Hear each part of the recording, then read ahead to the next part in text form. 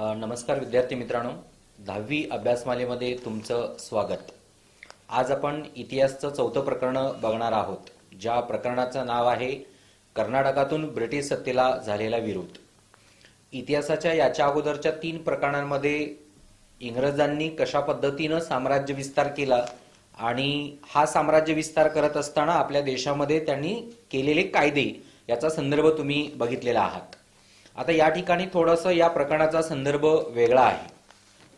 खरं तर ब्रिटिशांना कर्नाटकातून झालेला विरोध या प्रकरणाच्या संदर्भात बोलायचं झालं तर इथेही इंग्रजांच्या बरोबरचा पहिला संघर्ष एक आहे, जो साम्राज्य विस्ताराला अनुरूप आहे। म्हणजे साधारण इंग्रज आणि फ्रेंच यांच्या संघर्षापासून जो साम्राज्य विस्तार इंग्रजांनी सुरू केला, की ज्याच्यामध्ये पहिल्यांदा इंग्रज फ्रेंच संघर्ष झाला, त्याच्यानंतर म्हैसूर प्रांतामध्ये हैदर अली आणि टिपू सुलतान यांच्याबरोबर संघर्ष झाला, त्याच्यानंतर मराठ्यांच्या बरोबर संघर्ष झाला 1818 पर्यंत, आणि त्याच्यानंतर मग शीख प्रांतामध्ये संघर्ष झाला जो 1835 पर्यंत झाला। तर हा जो साम्राज्य विस्ताराचा संघर्ष आहे त्याचा संदर्भ या प्रकरणामध्ये थोडक्यात दिलेला आहे। आणि त्याच्यानंतर मग या प्रकरणामध्ये एकंदर या म्हैसूर प्रांतातील हैदर अली आणि टिपू सुलतान यांच्या संघर्षानंतर कुणी कुणी इंग्रजांना शह देण्याचा प्रयत्न केला त्याचा एक थोडासा भाग शॉर्ट मध्ये या प्रकरणामध्ये दिलेला आहे। त्यामुळे या प्रकरणाचे तसे 2 टप्पे आहेत, एक इंग्रजांच्या साम्राज्य विस्तार धोरणाच्या अनुषंगानं झालेला संघर्ष आणि इंग्रजांच्या शासन व्यवस्थेला विरोध करण्यासाठी झालेला संघर्ष, असे 2 संदर्भ या पाठामध्ये आहेत। तर सुरुवातीला आपण हैदर अली आणि टिपू सुलतान यांच्याबरोबर झालेला संघर्ष याचा संदर्भ आपण बघू। तसं हे प्रकरण विस्तारानं बघितलं तर खूप मोठं आहे आणि 15 ते 20 मिनिटांमध्ये संपवणं अशक्य आहे, पण आपण थोडक्यात या पाठाविषयी प्रश्नपत्रिकेला अनुरूप संदर्भ आपण समजावून घेण्याचा प्रयत्न करू। तर या पाठामध्ये साधारण जर बघितलं तर 18व्या शतकातील सगळ्या घटना आणि 19व्या शतकातील 1857चं बंड असा इथपर्यंतचा भाग या ठिकाणी विस्तारलेला आपल्याला दिसतो। ज्याच्यामध्ये एक महत्वाची गोष्ट की 18व्या शतकाला राजकीय समस्यांचं शतक म्हणून ओळखलं जातं। आता 18व्या शतकाला राजकीय समस्यांचं शतक म्हणून का ओळखलं जातं, तर याच्या पाठीमागे 2 कारणं महत्वाची आहेत, जी आपल्या देशामध्ये एकंदर अनेक उलटापालटी घडवून आणण्यासाठी कारणीभूत ठरलेले दिसतात। ज्याच्यामध्ये पहिलं महत्वाचं तत्व आहे ते म्हणजे 1707 औरंगजेबाचा मृत्यू, आणि औरंगजेबाचा मृत्यू झाल्यानंतर दिल्लीतील मोगल बादशाहीची सत्ता ही अनियंत्रित झालेली दिसते, की ज्याच्यामुळे असंख्य राजकीय प्रश्न आपल्या देशामध्ये निर्माण झाले। त्यामुळे 1707 ला औरंगजेबाचा झालेला मृत्यू ही एक पहिली घटना 18व्या शतकातली। आणि याच कालखंडातली साधारण 1704 ची घटना जी आपल्या म्हैसूर प्रांतामध्ये घडली ती म्हणजे चिक्कदेवराय वडेयर यांचा मृत्यू झाला, आणि वडेयर घराण्याचीही म्हैसूर प्रांतातली सत्ता ही अस्थिर बनलेली दिसते। त्यामुळे 18व्या शतकाच्या सुरुवातीलाच औरंगजेबाचा मृत्यू आणि चिक्कदेवराय वडेयरचा मृत्यू या 2 महत्वाच्या घटना झाल्या, की ज्याच्यामुळे आपल्या देशामध्ये राजकीय अस्थिरता निर्माण झाली, आणि म्हणून मग इथे 18व्या शतकाला राजकीय समस्यांचं कालखंड म्हणून ओळखलेला आपल्याला दिसतो। तर याच वडेयर घराण्यातील चिक्कदेवराय वडेयरचा मृत्यू झाल्यानंतर म्हैसूर प्रांतामध्ये अस्थिर राजकारण निर्माण झालं, ज्या अस्थिर राजकारणाचा फायदा घेतला हैदर अलीनं। आणि याच वडेयर घराण्यातला एक साधा शिपाई म्हणून असलेला हैदर अली पुढे जाऊन नवाब या पदापर्यंत त्यानं आपली पदोन्नती घडवून आणली, आणि नवाब म्हणून प्रसिद्धीला आल्यानंतर त्यानं मात्र आपल्या साम्राज्य विस्ताराचं धोरण चालू ठेवलं, की ज्यामुळे म्हैसूर प्रांतामध्ये संघर्ष झाला, आणि याच संघर्षाला मग इथे ब्रिटिशांना कर्नाटकातून झालेला विरोध हा संदर्भ आपल्याला लागू पडताना दिसतो। तर पहिल्यांदा आपण हा टप्पा बघू की साधारण हैदर अली आणि टिपू सुलतान यांनी कशा पद्धतीनं इंग्रजांना शह देण्याचा प्रयत्न केला। तर साधारण 1767 ते 1799 असा कालखंड या ठिकाणी 22 वर्षाचा, की ज्या 22 वर्षाच्या कालखंडामध्ये हा संघर्ष वाढलेला आपल्याला आहे। तर 1767 ते 1769 या कालखंडामध्ये पहिला संघर्ष झाला हैदर अली आणि इंग्रज यांच्यामध्ये।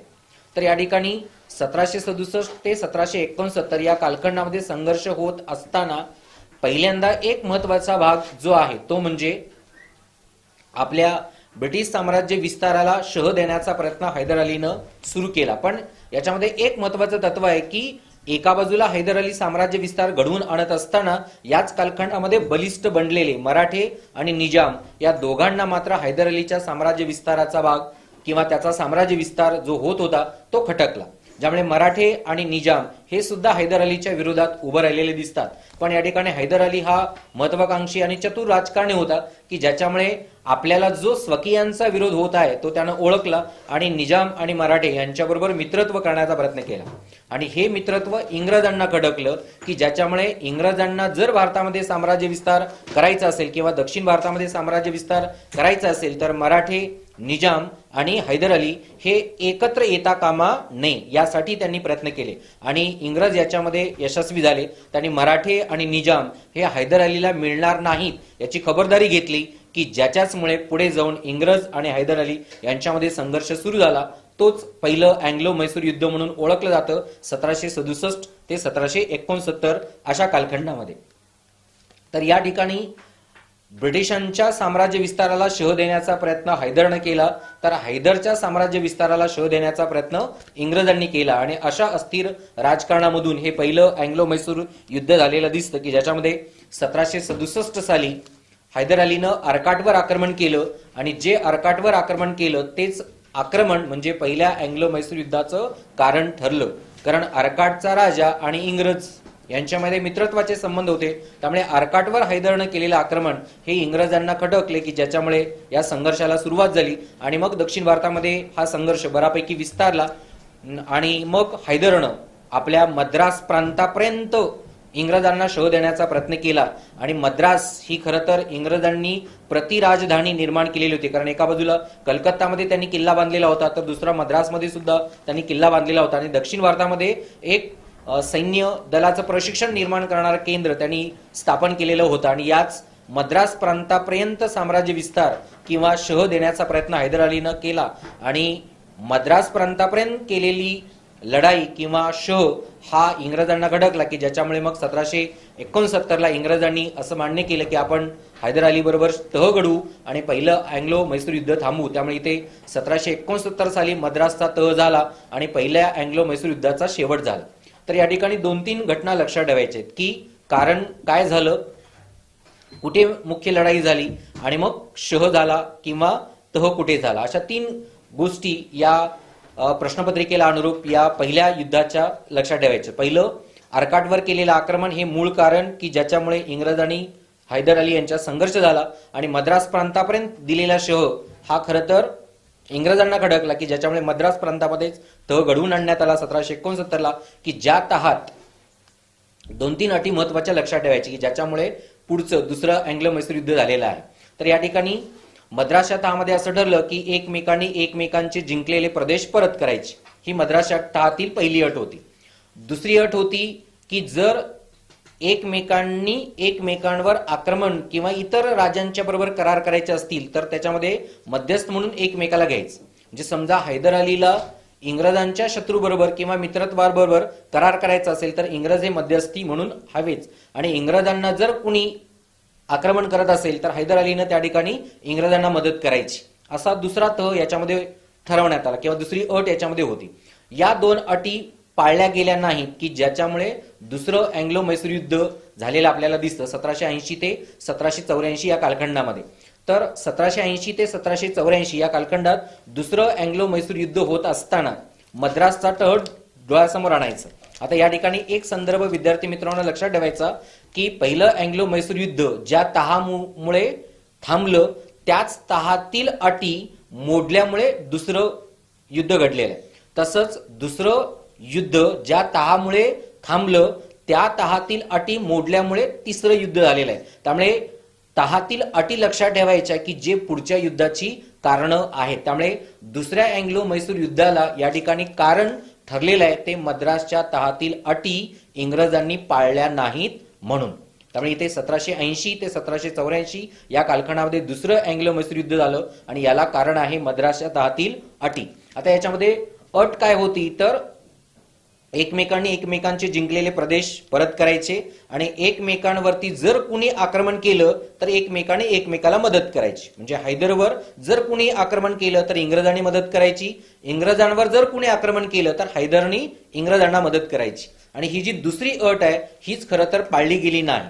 कारण साधारण 1779च्या आसपास मराठ्यांचा पेशवा माधवराव यानं आपल्या म्हैसूर प्रांतामध्ये आक्रमण केलं चौथाई आणि सरदेशमुखी वसूल करण्याच्या अनुषंगानं, कारण मोगलांच्याकडून मराठ्यांना चौथाई आणि सरदेशमुखी वसूल करण्याचे अधिकार मिळालेले होते की ज्या अधिकाराचा वापर मराठे करत होते, आणि या चौथाई आणि सरदेशमुखीच्या अधिकाराखातरच माधवराव पेशव्यांनी म्हैसूर प्रांतावरती आक्रमण केलं.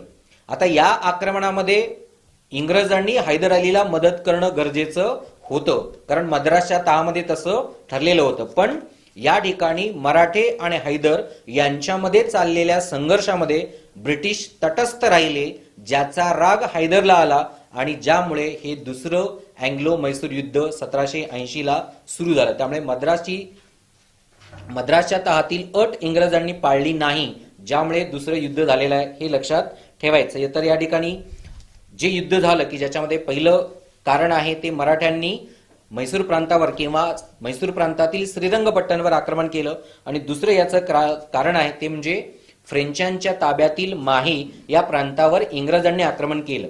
आता फ्रेंचांच्या ताब्यातील माहेवर इंग्रजांनी आक्रमण केलं आणि त्याचा या युद्धाशी काय संबंध, तर हैदर अली आणि फ्रेंच यांच्यामध्ये मित्रत्वाचे संबंध होते. त्यामुळे फ्रेंच हे हैदरचे मित्र होते, म्हणून हैदरला राग आला की आपल्या मित्रावर इंग्रजांनी आक्रमण केलं, ज्यामुळे हा संघर्ष झाला. त्यामुळे श्रीरंगपट्टण मधला संघर्ष आणि माहे मधला संघर्ष या युद्धाचं मूळ कारण ठरलं, आणि हा 4 वर्ष संघर्ष झाला. आणि साधारण 1781 मध्ये पोर्तोनोवो या ठिकाणी हैदर अलीचा पराभव इंग्रजांनी केला.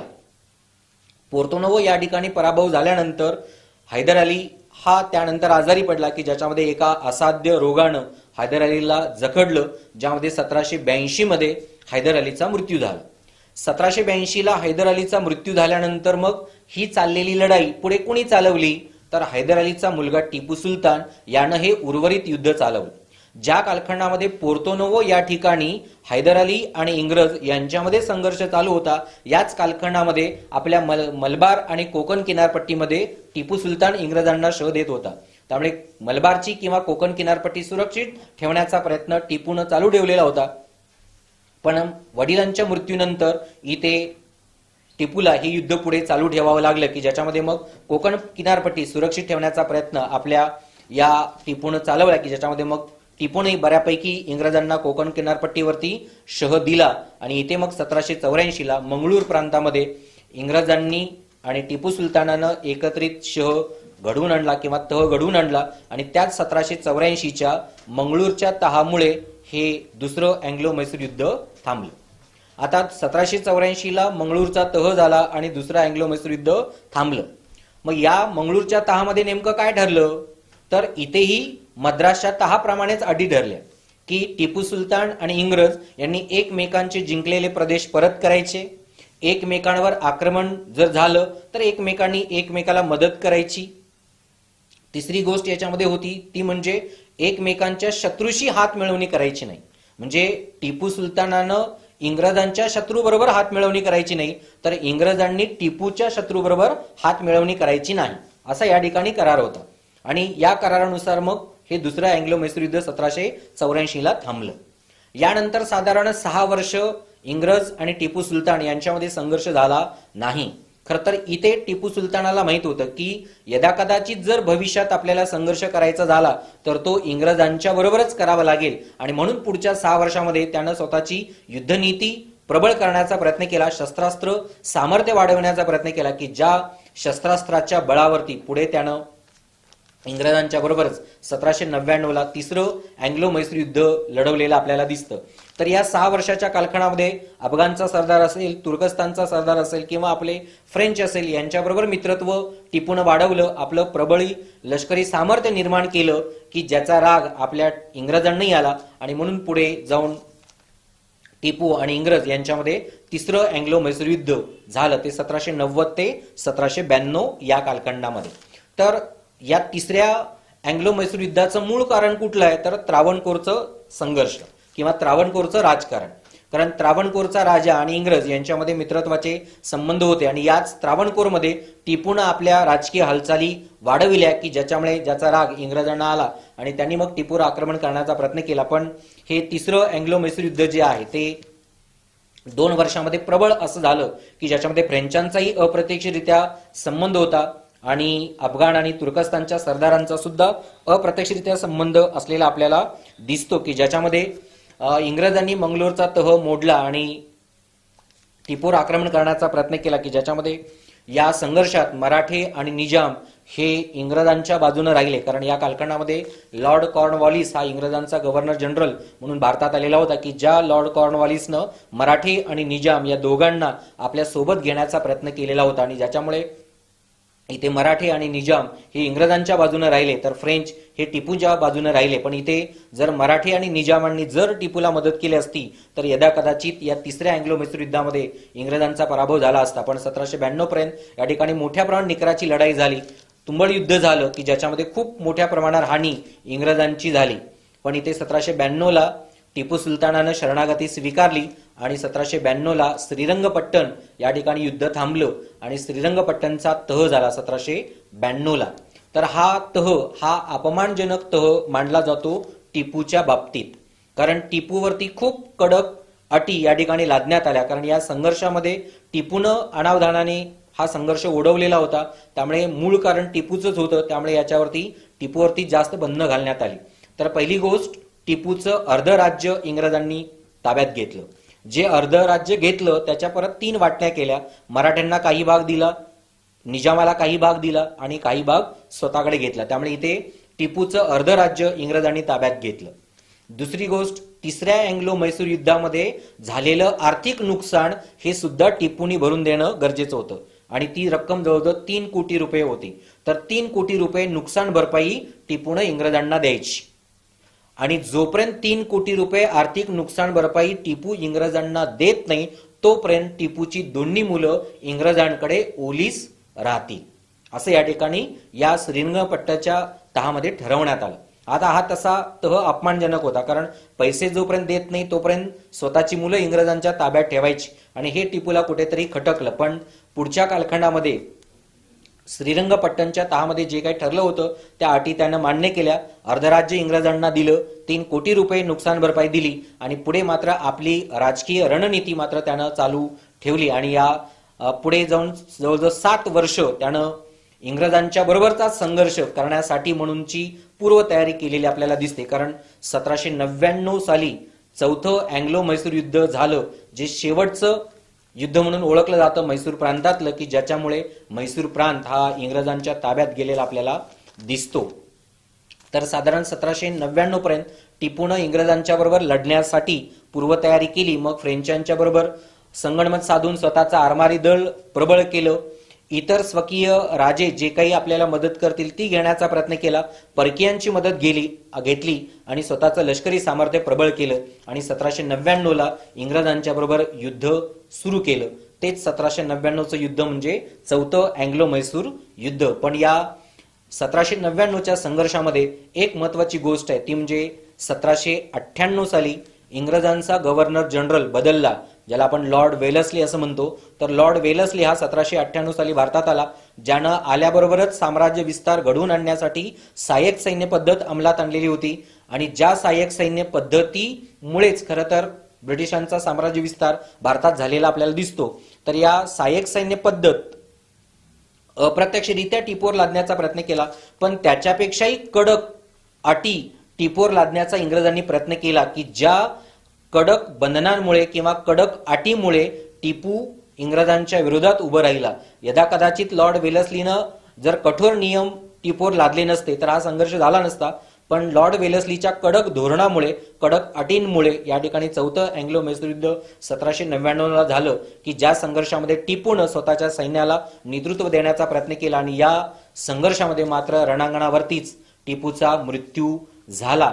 आणि या चौथ्या अँग्लो मैसूर युद्धाचा शेवट झाला 1799ला, ज्यामध्ये पण रणांगणावरती जे शौर्य टिपूनं दाखवलं, की ज्यामुळेच टिपू सुलतानाला म्हैसूरचा वाघ म्हणून ओळखलं जातं. पण 1799ला इंग्रजांनी टिपूला ठार मारलं आणि म्हैसूर प्रांत आपल्या ताब्यामध्ये घेतला.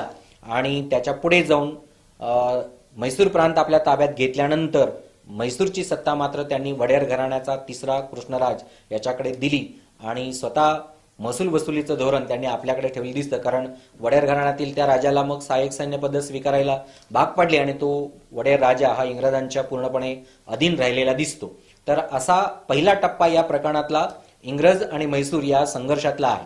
तर इथे लक्षात ठेवायचं की 1767 ते 69 पहिलं युद्ध झालेलं आहे, 1780 ते 84 दुसरं युद्ध झालेलं आहे, 1790 ते 1792 तिसरं युद्ध झालेलं आहे आणि 1799 ला चौथं युद्ध झालेलं आहे. अशा 4 लढाया या ठिकाणी हैदर अली आणि टिपू सुलतान आणि इंग्रजांच्या बरोबर लढलेल्या आपल्याला दिसतात. यानंतर या पाठातला दुसरा टप्पा आहे तो जे आपल्या कर्नाटकातील इतर असे मध्यमवर्गीय नेते आहेत की ज्यांनी इंग्रजांना शोध देण्याचा प्रयत्न केला. तर आपण हा थोडक्यात भाग बघू. तर इथे एक 5-6 महत्वाचे नेते आहेत की ज्यांनी इंग्रजांना शोध देण्याचा प्रयत्न केला. सुरुवातीलाच या ठिकाणी सांगतो की हा संघर्ष का झाला. खरं तर इथं जमीनदार वतनदार यांच्याकडून केलं जाणारं शेतकऱ्यांचं शोषण हा त्याच्यातला एक भाग आहे. त्यानंतर इंग्रजांनी सर्वसामान्य लोकांचं चालवलेलं शोषण किंवा सर्वसामान्य लोकांवरती लादलेले अनियंत्रित कर किंवा जबरदस्तीचे कर, ज्यामुळे या ठिकाणी कर्नाटकामध्ये इंग्रजांना शह देण्याचा किंवा त्यांना विरोध करण्याचा प्रयत्न काही मध्यमवर्गीय नेत्यांनी केलेला आपल्याला दिसतो. की ज्याच्यामध्ये पहिला संघर्ष केला तो धोंडिया वाघ यानं. तर हैदर अलीच्या सैन्यामधलाच धोंडिया वाघ एक सैनिक होता, पण हैदर अली आणि टिपू सुलतान यांच्या मृत्यूनंतर धोंडिया वाघ यानं स्वतःचं सैन्य दल निर्माण केलं आणि जी राष्ट्रभक्ती किंवा राष्ट्रप्रेम त्याच्यामध्ये होतं, ज्याच्यामुळे त्याने इंग्रजांना शह देण्याचा प्रयत्न केला आणि या शहामध्ये मात्र धोंडिया वाघला अपयश आलं आणि कोनगल या ठिकाणी धोंडिया वाघला इंग्रजांनी ठार मारलं. पण एका सर्वसामान्य कुटुंबात जन्मलेला धोंडिया वाघ यानं इंग्रजांच्या अनियंत्रित राजसत्ते विरोधात बंड करून या ठिकाणी एक वेगळं नेतृत्व कर्नाटकामध्ये देण्याचा प्रयत्न केलेला दिसतो. त्यामुळे ब्रिटिशांच्या विरोधातल्या बंडखोरांमध्ये धोंडिया वाघ याचं स्थान अमूल्य असलेलं आपल्याला दिसतं की ज्याच्यामध्ये कोनगल या ठिकाणी त्याला ठार मारण्यात आलं. त्यानंतर दुसरं बंड झालं ते कित्तूर या आपल्या प्रांतामध्ये. तर 1824 या कालखंडामध्ये कित्तूरची राणी चन्नम्मा हिनं बंड केलं. तर राणी चन्नम्माचा पती शिवलिंग रुद्रसर्ज जो आजारी पडला आणि त्या आजारपणामध्येच या शिवलिंग रुद्रसर्ज याचा मृत्यू झाला आणि शिवलिंग रुद्रसर्ज याचा मृत्यू झाल्यानंतर राणी चन्नम्मानं शिवलिंगप्पा नावाच्या मुलाला दत्तक घेतलं आणि जेव्हा दत्तक घेतलं त्याच कालखंडामध्ये आपल्या देशामध्ये दत्तक वारस नामंजूर धोरण अंमलात आणण्याचा प्रयत्न इंग्रजांनी चालू केलेला होता. त्यामुळे या दत्तक वारस नामंजूर धोरणानुसार राणी चन्नम्मानं दत्तक घेतलेल्या मुलाला या ठिकाणी वारसा हक्क मिळाला नाही, की ज्याच्यामध्ये धारवाडचे जिल्हाधिकारी थॅकरे यांनी या राणी चन्नम्माच्या दत्तक मुलाला वारसा हक्क नाकारला, ज्यामुळे राणी चन्नम्मानं इंग्रजांच्या विरोधात बंड केलं. पण या ठिकाणी इंग्रजांनी राणी चन्नम्मावरती प्रतिकार करून तिला अटक केली, तिला तुरुंगात ठेवलं आणि त्या तुरुंगामध्येच या राणी चन्नम्माचा मृत्यू झालेला आपल्याला दिसतो.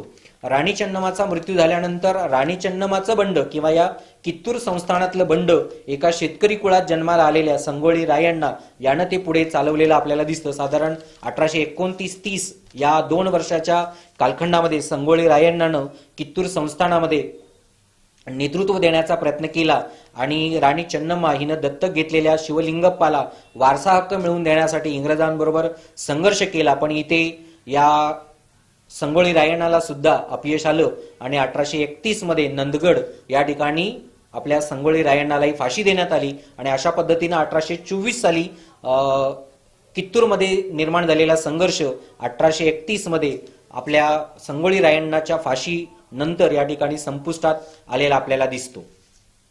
कित्तूर संस्थानाच्या बंडानंतर तिसरा संघर्ष झाला तो म्हणजे अमरसुळ्याचं बंड म्हणून जे ओळखलं जातं ते महत्वाचं आहे, कारण याच्यामध्ये तिघांचा संदर्भ आहे. स्वामी अपरंपार, त्यानंतर कल्याण स्वामी आणि पुट्ट बसप्पा, की ज्यांनी इंग्रजांच्या शोषित कर व्यवस्थेच्या विरोधात किंवा अन्यायकारक धोरणाविरोधात शेतकऱ्यांचं केले जाणारं शोषण, मग ते जमीनदार वतनदार किंवा आपले ब्रिटिश अधिकारी अशा अनेकांकडून केलं जाणारं सर्वसामान्यांचं शोषण, या शोषणाविरोधात या ठिकाणी कल्याण स्वामी, स्वामी अपरंपार आणि पुट्ट बसप्पा या तिघांनी केलेलं दिसतं. पण या ठिकाणी सुरुवातीच्याच कालखंडामध्ये स्वामी अपरंपार आणि कल्याण स्वामी या दोघांनाही इंग्रजांनी अटक केली आणि त्यांना ठार मारलं आणि स्वामी अपरंपार आणि कल्याण स्वामी यांच्या मृत्यूनंतर पुट्ट बसप्पा यानं आपल्या अमरसुळ्यामध्ये शेतकरी लोकांना या ठिकाणी नेतृत्व देण्याचा प्रयत्न केला की ज्याच्यामध्ये दोन महत्वाची तत्व आहेत, तंबाखूवरचा कर आणि मिठावरचा कर रद्द करण्यासाठी म्हणून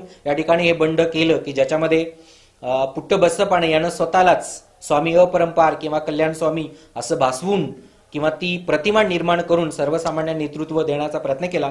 पण या ठिकाणी अमरसुळा या प्रांतामध्ये सुद्धा पुट्ट बसप्पाला यश मिळालं नाही आणि इथे पुट्ट बसप्पा याच्या मृत्यूनंतर अमरसुळ्याचं बंड सुद्धा इंग्रजांनी यशस्वी केलेलं आपल्याला दिसतं.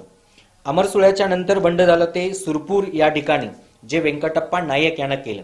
हे सुद्धा जमीनदारांच्या शोषणाच्या विरोधात व्यंकटप्पा नायकनं केलेलं दिसतं. त्या ठिकाणी ते एकच संदर्भ लक्षात ठेवा की सुरपूर या बंडाचं नेतृत्व कुणी केलं होतं तर ते व्यंकटप्पा नायक यानं केलेलं होतं.